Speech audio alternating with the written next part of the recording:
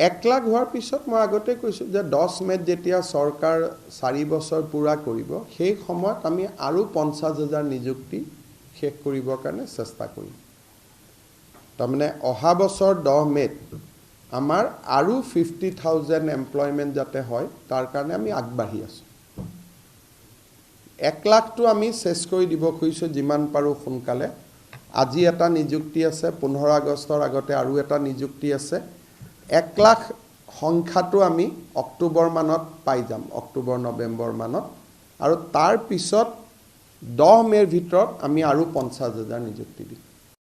অসম চৰকাৰে আপোনালোকে জানে যে থলুৱা নিযুক্তিৰ ক্ষেত্ৰত অসমত যদিও যোৱা 3 বছৰত এজনো লোক অসমৰ বাহিৰৰ পৰা অসমত চাকৰি কৰিব অহা নাই, তথাপিতো কেতিয়াবা 2-এজন ব্যক্তিয়ে এই বিষয়ত এটা প্ৰশ্ন উত্থাপন কৰি থাকে। সেইকাৰণে আমি অসমৰ ডমিচাইল নীতি এটা, যে অসমত চৰকাৰী চাকৰি পোৱাৰ বাবে কোন কোন যোগ্য, এই ডমিচাইল নীতি এটা আমি খুব সোনকালে প্ৰকাশ কৰিবৰ বাবে আমি সিদ্ধান্ত লৈছোঁ।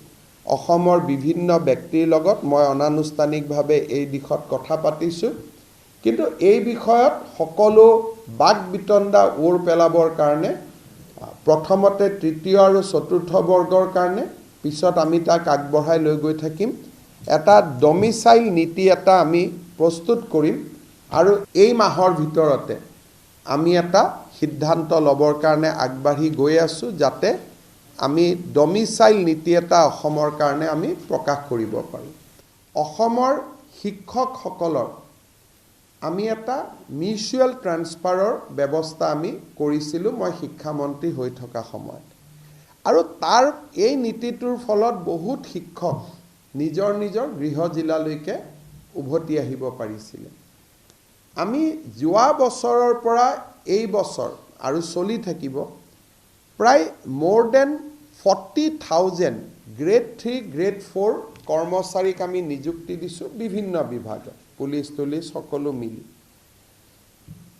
এই লোকসকলৰ মাজতো শিক্ষকৰ দৰে এটা আমি পাৰস্পৰিক বুজাবুজিৰ এটা বদলি প্ৰক্ৰিয়া এটা আমি আৰম্ভ কৰিব খুজিছোঁ। এতিয়াও চিন্তাৰ পৰ্যায়ত আছে যে যদি কামৰূপৰ ল'ৰা এজন ডিব্ৰুগড়ত আছে আৰু ডিব্ৰুগড়ৰ ল'ৰা এজন কামৰূপত আছে, দুইজনে নিজৰ ভিতৰতে ফৰ্ম এখনত চহী কৰি দিলে আমি তেওঁলোকৰ ট্ৰান্সফাৰ অৰ্ডাৰটো আমি উলিয়াই দিব পাৰিম। ই অসমৰ বহুত চৰকাৰী কৰ্মচাৰীক সহায় কৰিব আৰু ই 3rd গ্ৰেড 4th গ্ৰেডৰ ল'ৰা ছোৱালীসকলে ঘৰৰ বা এটলিষ্ট গৃহ জিলা নহ'লেও তেজপুৰৰ ল'ৰাজন বৰাক ভেলীৰ পৰিৱৰ্তে যদি দৰং বা বিশ্বনাথতো কাম কৰিব পাৰে, বহুখিনি সুবিধা হ'ব। সেই দিশতো আমি কিছু কাম আগবঢ়াই লৈ গৈছোঁ।